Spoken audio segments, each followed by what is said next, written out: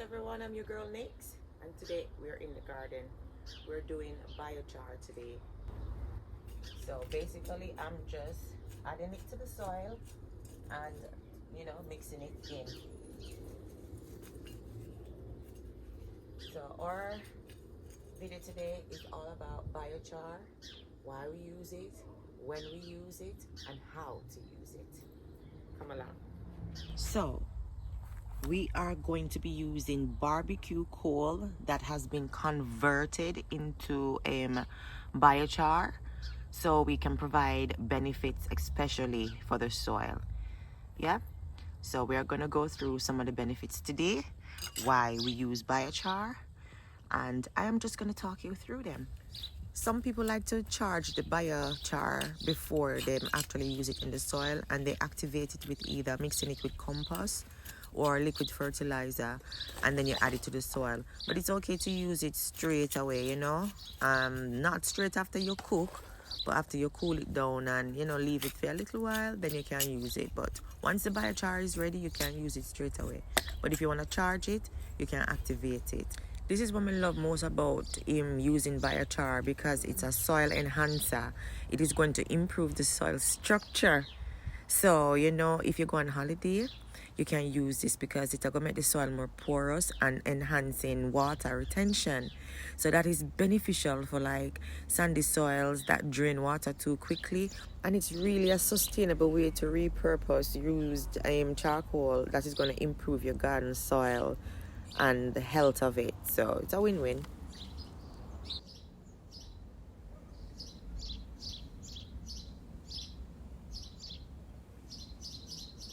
The second one is nutrients retention. So the biochar is going to retain the nutrients and deliver it to the soil, so the plants can actually benefit from the slow release of the nutrients in the biochar. And this is going to be beneficial for the plants because it's going to grow vibrant, it's going to grow healthy, the roots are going to be strong, and it's going to be supplied with all the nutrients it needs for a nice flavor. All right, so the soil won't dry out as quick as it should because it's going to act as a water retention as well. So it helps with the nutrients retention, also water.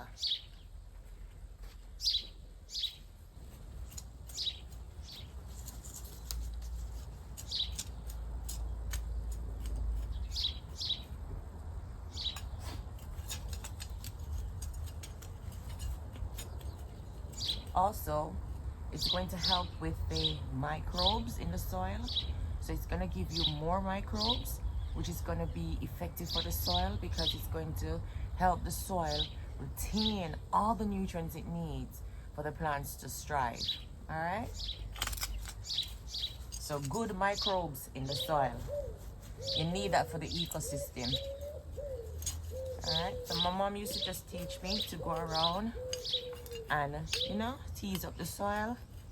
And my dad used to show me how to add the nutrients to the soil. So I'm just working it into the soil that it can evenly be distributed. And guess what? There's no waste. You use the barbecue coal and you turn it back into the soil. So that's going to be good because it's not going to let carbon dioxide seep out in the air. The biochar is going to hold it into the soil. You get what I'm saying? And it's going to release it into the soil instead of into the atmosphere. So it's good for the soil and also the environment.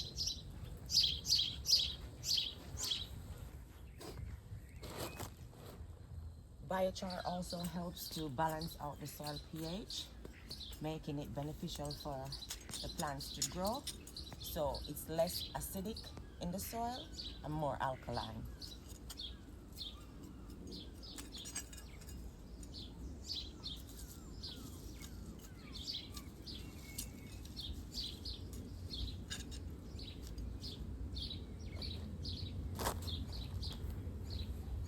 biochar is an excellent compound to use in your garden. It offers essential nutrients and it gives the plants and the soil the micronutrients it needs for development. Potassium, calcium, magnesium. It's got a lot of trace elements in there like iron and zinc. And it also, slowly release all of those, macronutrients and minerals slowly back into the soil, which is going to create an organic, environment or ecosystem for the growth and development of your plants. You can use wood, plants material, food waste to make biochar, right? Because these break down easily and have lots of nutrients in that the soil is going to need over a period of time. So yeah, this is my potato bed. And I'm actually using the biochar to enhance the growth, development, and also to give the soil all the nutrients it needs so the plants can produce a nice, flavorsome product. Alright?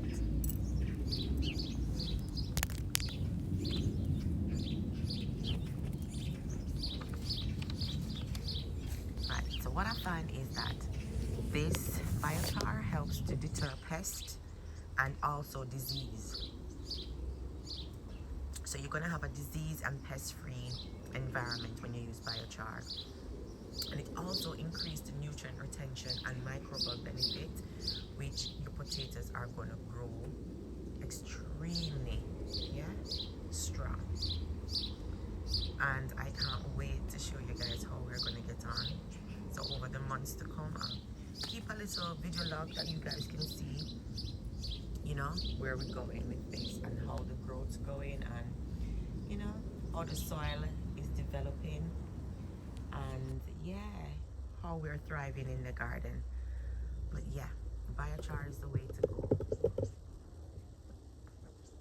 I used to see my dad use the ash from the wood fire, especially when they did it on a Saturday, then roast the breadfruit and thing. That just throw it on the ground.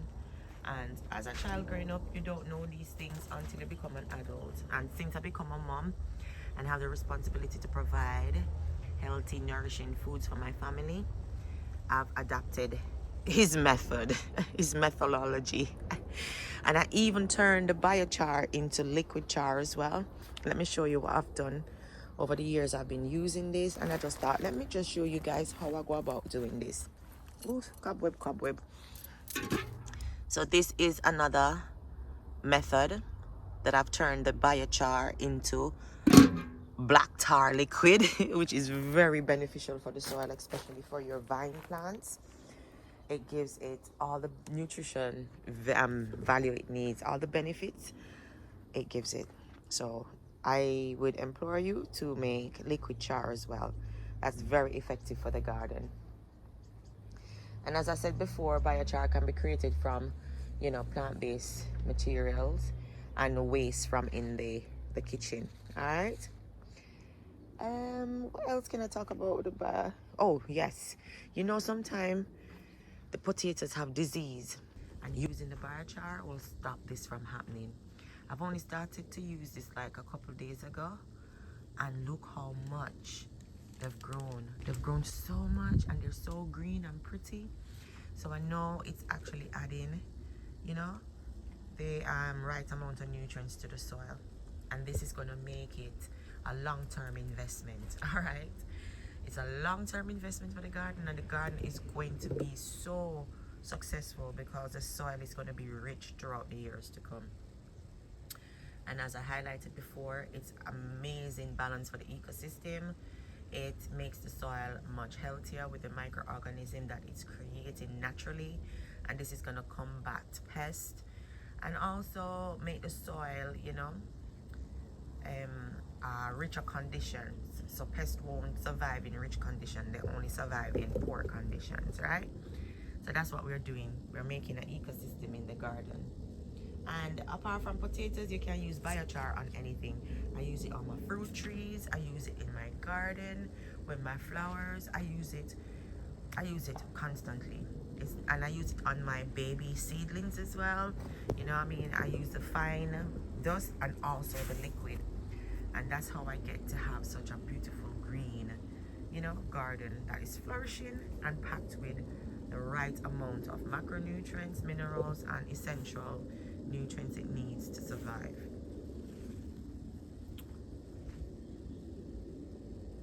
The amazing thing about using biochar is that it slowly releases the carbon dioxide into the soil than releasing it into the air. And that's a way to recycle carbon and help to combat climate change. And this is going to improve the soil so much. Okie dokie. I hope this makes a lot of sense. Alright, let's show you some other things in the garden. I've got my herbal garden over here. Everything's doing lovely. Everything's growing right. It's growing back nicely. You know, my roses that are propagated, this one, and that one, they're growing really nicely as well. This is my son's garden bed, and he's got his garlic and onion and thyme. He said he wants to be a chef, so I said to him, start with the herbs first. So this is his herbal garden, which is amazing. All right.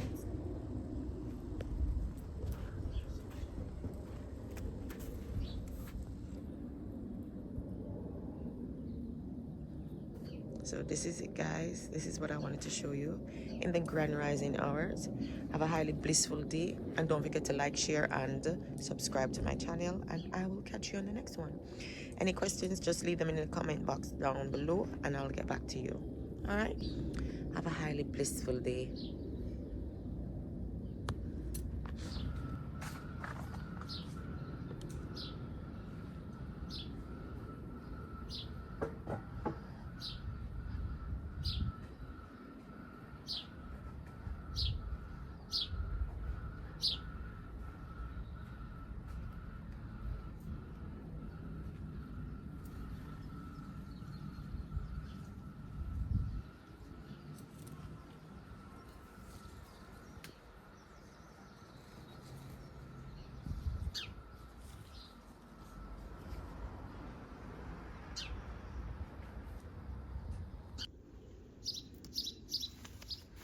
I often get questions about how much biochar I should use, and it all depends on what you're using it for and how big the surface area is. So I would start off using like 5 to 10% if you're doing it on a, like if it's in a container. So I do 5 to 10% of the container and then start with that, mix it in. But with the liquid ones, you could always just use, you know, half and half, 1-to-1 ratio to get that mixed, and then you can start using that on your babies. And I got a question on TikTok asking me about how long does it last? How long does biochar last? It lasts forever. It will never be degraded, like depleted, you know what I mean? It will just constantly, you know, re-mineralizing the earth, basically. It's not going to die out. It can last for thousands of years. So yeah.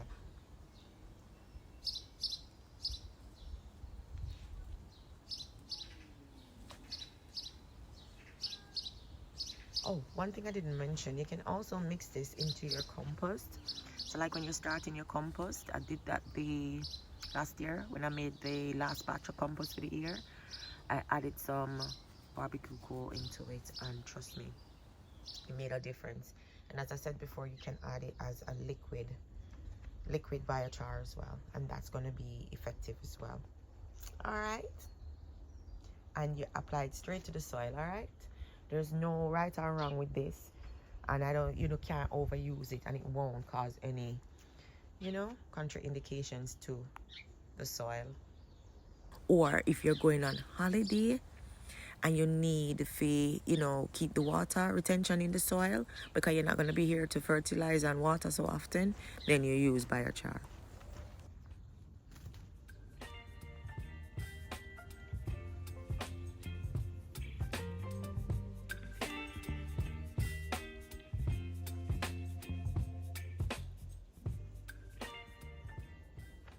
But take a screenshot of your IG, so when them say you a street, you know I might boo that.